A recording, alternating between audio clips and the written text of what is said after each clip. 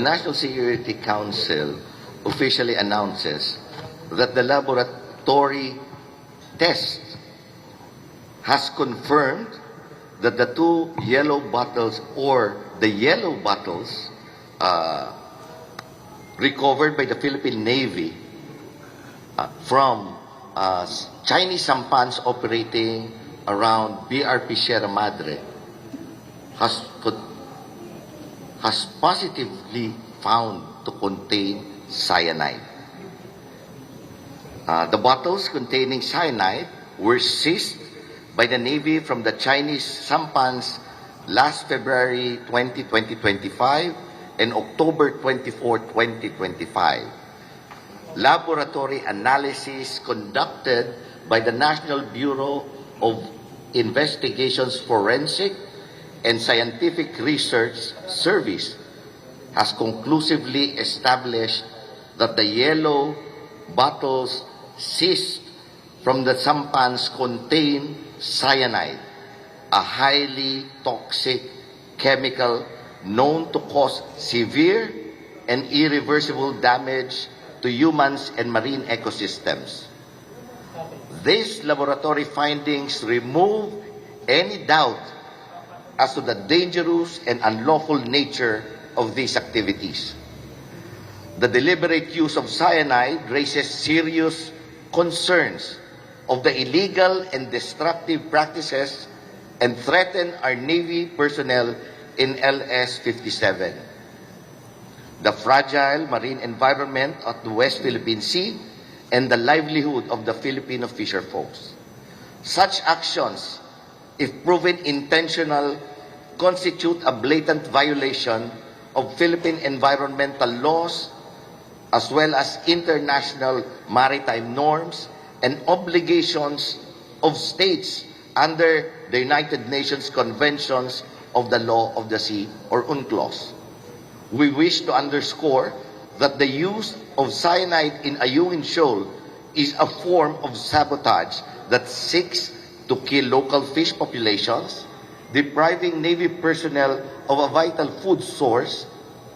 Moreover, cyanide can damage the reef, which can ultimately compromise LS-57's structural foundations.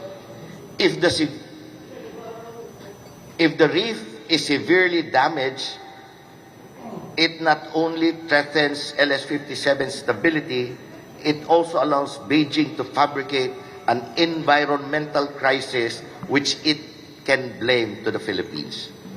It has done in the past, accused LS-57 of polluting the shoal in an effort to distract from its own illegal activities. Ayungin Shoal lies well within the Philippines' exclusive economic zone, where the country exercises sovereign rights and jurisdiction. The operation of Chinese vessels engaging in activities involving hazardous substances in this area is both irresponsible and unacceptable.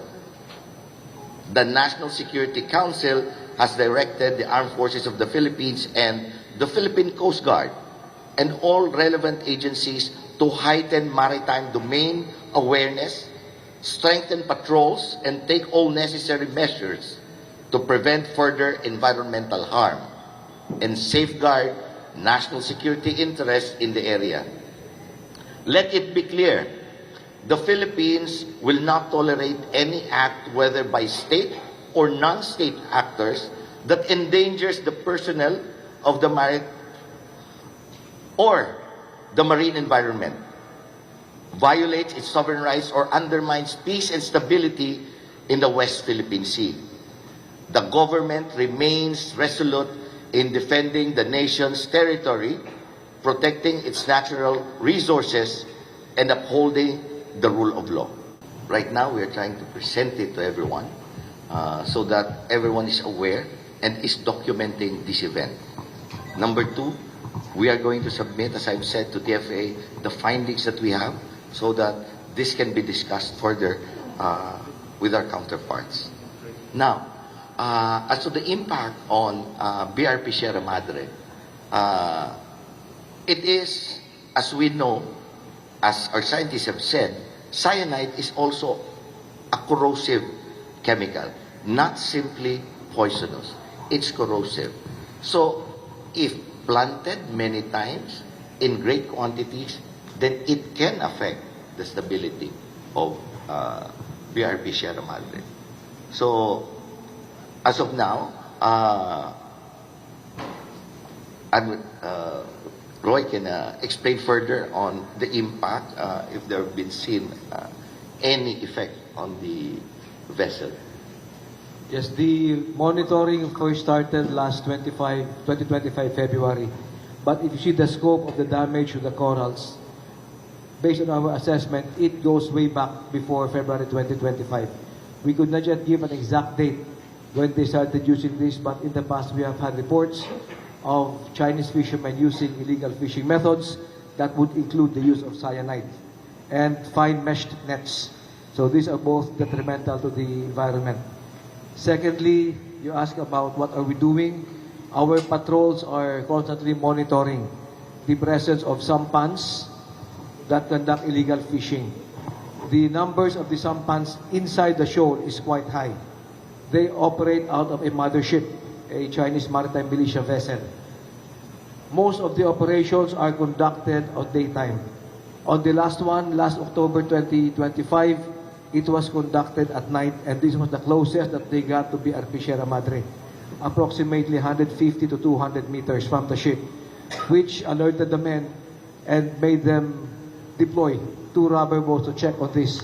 How come at night? How come this close to the ship? So on what we have monitored, based on the patterns that we have uncovered, this is a deliberate attempt not only to destroy the environment, but to deprive the men aboard the ship of possible source of food and water. The effects on the health of the men is our primordial concern.